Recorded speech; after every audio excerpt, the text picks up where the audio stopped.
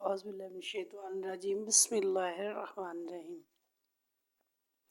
کم علمی کی وجہ سے لوگ جنبی حالت میں خود کو، اپنے کپڑوں کو، اپنے بستر کو ناپاک سمجھتے ہیں اور کھانے کو، کام کاج کو ہاتھ نہیں لگاتے جب تک کہ غسل نہ کر لیں، اور خواتین بھی بچوں وغیرہ کو دودھ پلانا، کھانے کو ہاتھ لگانا گناہ سمجھتی ہیں، یہ سوچ کر کہ وہ ناپاک ہیں۔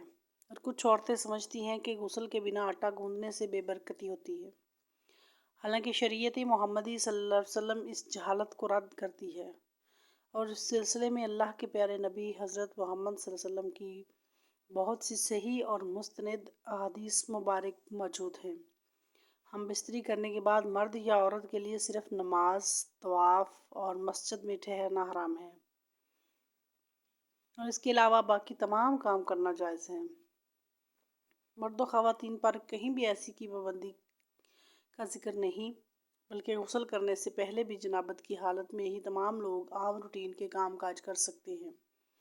روزہ رکھنے کے لیے سحری کھا سکتے ہیں، کھانا تیار کر سکتے ہیں، یا پھر گھر کے دوسرے کام کاج نپٹانے بھی جائز ہیں، اور اسی طرح ماں بچوں کو دودھ پلا سکتی ہے اور ان کی دیکھ بھال بھی کر سکتی ہے۔ اس کی دلیل کے لیے بہت سی احادیث مبارکہ موجود ہیں۔ حضرت حذیفہ رضی اللہ تعالیٰ عنہ بیان کرتے ہیں کہ نبی اکرم صلی اللہ علیہ وسلم ان سے ملے تو آپ صلی اللہ علیہ وسلم مسافر کے لیے ہاتھ پھیلاتے ہوئے ان کی طرف بڑھے۔ حذیفہ نے کہا کہ میں جنبی ہوں، اس پر آپ صلی اللہ علیہ وسلم نے فرمایا مسلمان نجس نہیں ہوتا۔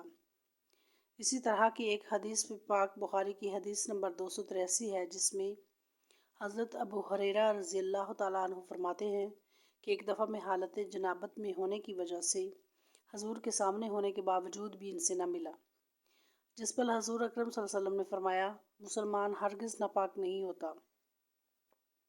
حافظ ابن حجر رحمۃ اللہ علیہ فتح الباری بھی کہتے ہیں کہ اس حدیث میں اس بات کا جواز پایا جاتا ہے کہ غسل جنابت کو اس کے واجب ہونے کے اول وقت میں تاخیر کی جا سکتی ہے، اور اس کا بھی جواز ہے کہ جنبی شخص ام المومنین حضرت عائشہ رضی اللہ تعالیٰ عنہ کہتی ہیں کہ رسول اللہ صلی اللہ علیہ وسلم جنبی ہوتے اور پانی چھوئے بغیر سو جاتے، پھر اس کے بعد اٹھے اور غسل فرماتے، اور کسی نے حضرت عائشہ رضی اللہ عنہ سے سوال کیا کہ عائشہ، حضرت محمد صلی اللہ علیہ وسلم ہم بستری کے بعد نہا لیا کرتے تھے، یہ ویسے ہی سو جایا کرتے تھے؟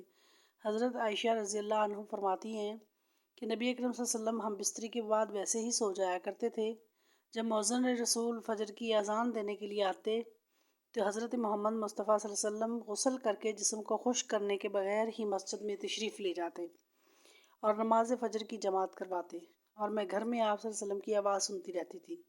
پھر آپ صلی اللہ علیہ وسلم روزہ رکھ لیتے تھے۔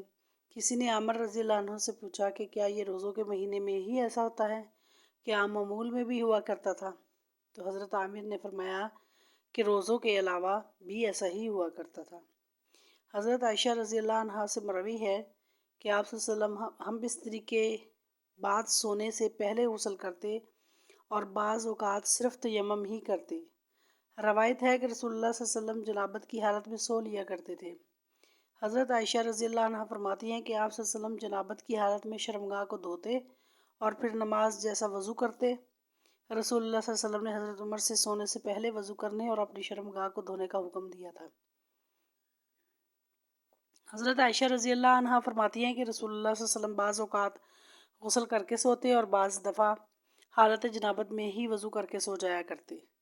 ناظرین حضرات، افضل یہی ہے کہ جنابت کے بعد جتنی جلدی ہو سکے غسل کر لیا جائے، کیونکہ ایسا نہ ہو کہ کہیں غسل کرنا بھول ہی نہ جائے۔ کھانے پینے، سونے اور عورتیں بچوں کو دودھ پلانے سے پہلے جنابت کی حالت میں وضو کر لیں تو یہ افضل ہے۔ ناظرین حضرات، یہ یاد رہے کہ وضو کرنا بھی واجب نہیں، لیکن وضو کرنا اور شرمگاہ کو دھو لینا مستحب ہے۔ حضرت عائشہ رضی اللہ عنہ بیان کرتی ہیں کہ نبی کریم صلی اللہ علیہ وسلم اگر جنبی حالت میں کھانا یا سونا چاہتے تو نماز کی طرح وضو کر لیتے۔ وضو کرنا اس کے لیے بھی افضل ہے کہ نبی کریم صلی اللہ علیہ وسلم نے فرمایا 3 لوگوں کے پاس رحمت کے فرشتے نہیں آتے: کافر کی لاش، اور خلوع کو خوشبو لگانے والا، اور جنبی شخص، جب تک کہ وہ وضو نہ کر لے۔ میری ویڈیو کو لائک اور شیئر کریں، بہشتی زیور چینل کو سبسکرائب کریں۔ واللہ اعلم بالصواب۔